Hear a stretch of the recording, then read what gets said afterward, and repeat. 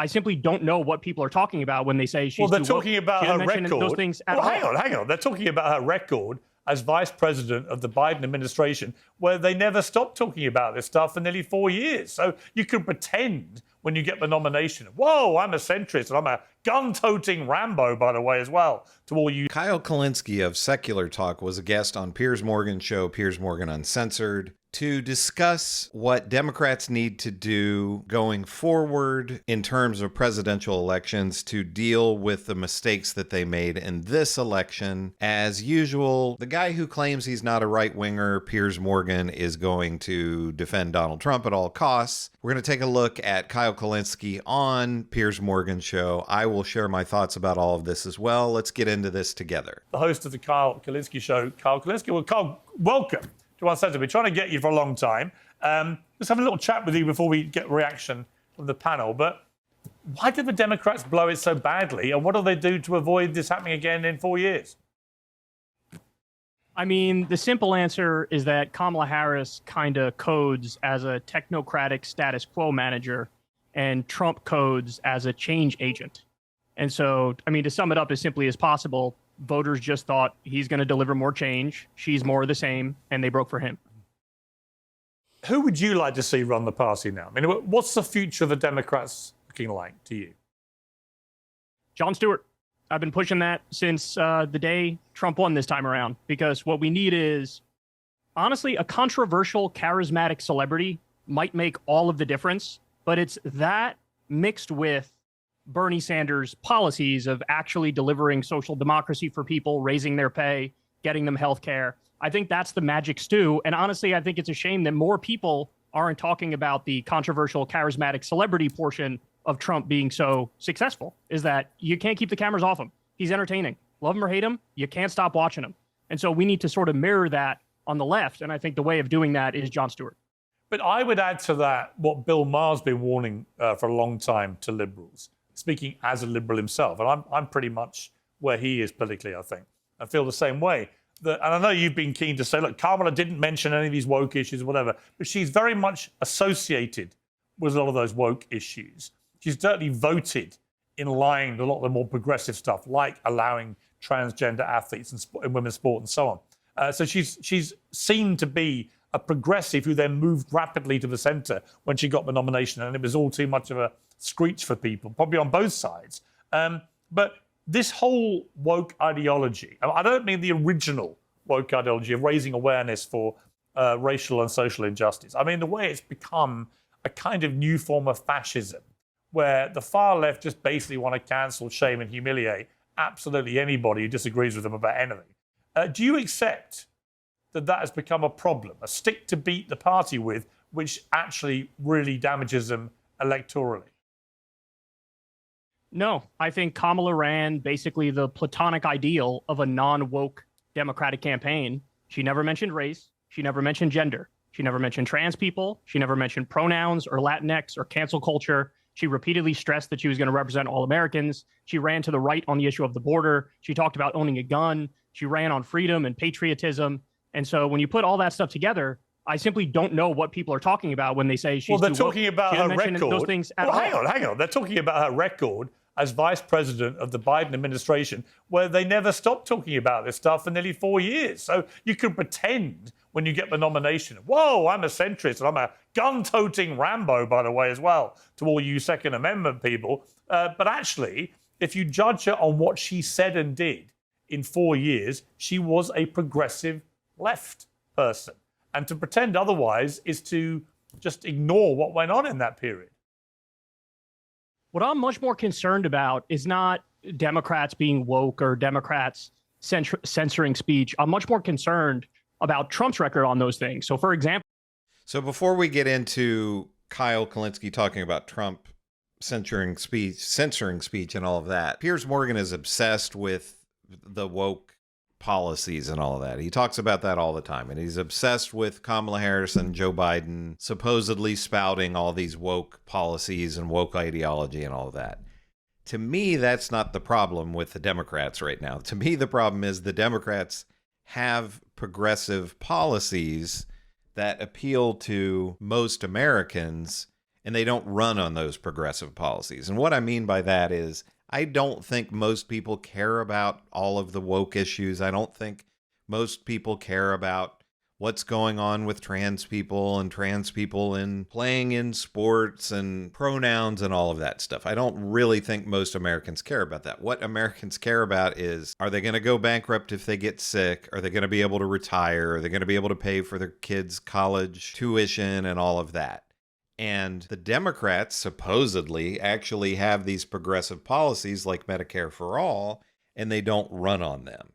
Kamala Harris was supposedly a proponent of Medicare for all before she became vice president, and then that was completely absent from her platform when she ran. She went on a CNN town hall with Anderson Cooper not long before the election, and he asked her about Medicare for all, and she just kind of stammered around and never said anything in regards to that. So they should be using policies of Bernie Sanders and Elizabeth Warren, but the Democrats shy away from those issues because their donors don't want those things to be implemented. So you have Trump, and, he runs on the border, just pounding that over and over again. And the Democrats should be pounding Medicare for all will strengthen Social Security, all of that. And they don't run on any of those things. That's the problem, in my opinion. Trump said he wants to punish flag burning with a year in jail. That's against the First Amendment. He sued CNN for $475 million for calling election denialism the big lie. Before he was president, he sued Bill Maher for $5 million over a joke. He said he wants to open up the libel laws. He called for jailing journalists who report on the Supreme Court abortion ruling early before the decision. How many of those things did he do in his first term? Pro-Palestine protesters. How many of those things did he actually do in his first term? Because it seems to me another problem, and he does this brilliantly, by the way, with the left. He sucks you in because he just shoots them a hip and he says stuff that crosses his mind or whatever. And rather than pick him off on stuff he actually does, you all go completely nuts every time he opens his mouth and says something a bit crazy. And if I was advising the Democrats, I'd be like, stop doing this. You're literally playing into his trap every time you do this. Just pick him off on the stuff he actually does. Then you got a better chance. All right, I'll do that. Here, ready? He gag ordered the EPA from telling the truth on climate change. That's deeply anti-free speech. He arrested and charged 6 journalists with felony rioting. He did not pardon Assange. He did not pardon Snowden. He did not pardon Daniel Hale. He wanted to invoke the Insurrection Act to deploy the U.S. to deploy our own troops against George Floyd protesters. These are all things that are actually on the record, things he actually did. And the thing that I find incredibly frustrating is that nobody talks about it. Trump magically gets a pass for things he actually did. He doesn't get Democrats a pass. get held to a super high standard. Come on, he doesn't get a pass. How many times have you heard people say those things I just told you? Wait. Hang on. Let me answer you. Trump has had the most unrelentingly hostile media from a mainstream media that is largely staffed by liberals. We know this because of the way they all go nuts when their paper wouldn't come out and endorse Kamala and they all resign, so they reveal their true colours. Cable news the same, MSNBC, CNN, you can fire a harpoon around their newsrooms and you wouldn't hit a conservative, right? So let's just get real about the way mainstream media is made up. I've worked in it. And there are very few conservatives. And that is part of the problem as well. And I just think that ultimately, if the Democrats are going to try and make themselves electable, they've got to move wholesale on now to a far more effective way of campaigning. And it can't just be every time Donald Trump speaks, mass hysteria, shaving your head, going on TikTok and posting videos of yourself screaming and saying you'll never have sex with a Trump supporter again. All this stuff is insane. How about just telling the truth? Wait. How about just telling the truth?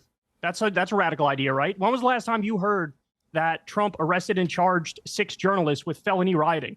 Who talked about that? Did CNN talk about that? Did MSNBC talk about that? Did you talk about that? Nobody talks about it. And the fact of the matter is Trump attacks Democrats 4 times as hard as they attack him. Yeah. So if anything, the lesson to take away is the opposite. Democrats should get more arrogant, they should get more aggressive, and they should tell the truth more. Come on, Kyle. You know that would be utter suicide. No, that's the truth. You know what? You wouldn't be as good at it as he is, because he does it with humor. You lot all do these incredibly straight-faced, virtue-signaling, I'm outraged by absolutely everything faces. And it's like, if you all just chilled out a bit, had a bit of Kool-Aid, Have a bit of a That's laugh. why I said Jon Stewart. Death by mockery. Well, actually, you're right. Jon Stewart gets exactly the right tone. On that, I agree with you. That's right. Yeah, we agree. Yeah, I agree. Let's bring in. Okay, so a couple of points with all this. I don't know that Jon Stewart is the answer. I would agree with Piers Morgan slightly in that the Democrats could definitely handle Trump much better than what they do. To me, the way that you handle Trump is you have now had 3 elections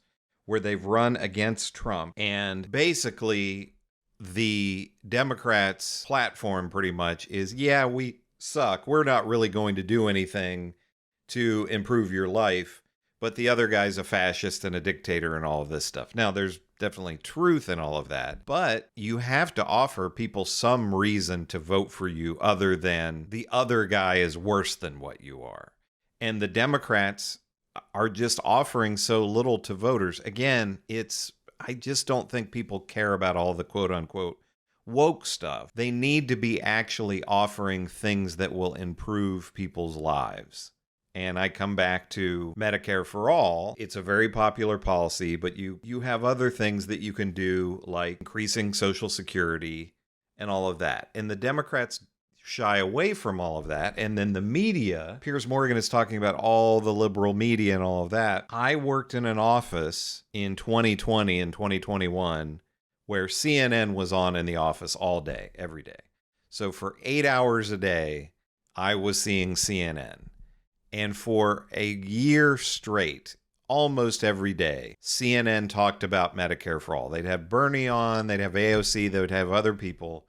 And every single conversation didn't matter what CNN host, how do you pay for it? How do you pay for Medicare for all? People don't want this. Democrats don't want this. So instead of having conversations about how Medicare for all would work and the United States system in comparison to other countries' systems and the idea that people don't go bankrupt or lose their homes or whatever if they get sick, that was never the discussion. It was always, how do you pay for it? This doesn't work. Nobody wants this. This is bad.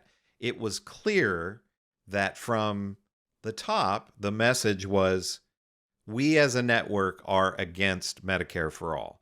So this idea of the fake news media, it's not fake in the way that Republicans present it, that the media is against Trump or the media is against Republicans. It's that it is a corporate media, and they are there to represent corporate interests. And these large corporations do not want something like Medicare for all, so they are going to use propaganda against that at all costs. So I always laugh at the right-wingers or anybody, centrists or whatever, claiming the liberal media, because it's just not true. In terms of the Democrats, they might have to get a celebrity of their own. I don't know that it's Jon Stewart, but basically we're in an era where it's all name recognition. The last 3 presidential elections, it was Donald Trump and Hillary Clinton, 2 of the best known people in the world. Then it was Donald Trump and Joe Biden, again, 2 of the best known people in the world. And this time it was Donald Trump and Kamala Harris. Kamala Harris, not as well known as Hillary Clinton or Joe Biden, and maybe that hurt the Democrats. You just have a whole lot of Americans who are paying no attention. They don't know any political figures, and they were they basically had a couple of months to learn all about Kamala Harris, and that probably hurt the Democrats to a degree. So the idea of them getting their own celebrity to run against Donald Trump, I don't think is a bad idea. They have to pick the right celebrity, though, and they have to present actual policies that American people want, and not just, well, you're voting against the other person. So I think some good points here from Kyle Kulinski. As always, Piers Morgan is going to suck up to Trump at all costs. He never says anything good about the Democrats, and it's always just sucking up to Trump, even though Piers Morgan claims over and over again that he's not a right-winger and he's not a Trump supporter. But let me know what you think about all of this. What do you think about this first appearance of Kyle Kulinski on... What do you think about this first appearance of Kyle Kulinski on Piers Morgan Show? Let me know in the comments. what you think about all of this. Make sure to give me a like and subscribe. Channel's growing really quickly. If you like what I'm doing and you haven't subscribed yet, please do so. It really helps me out. This is Chris on Culture, and I will see you in the next video.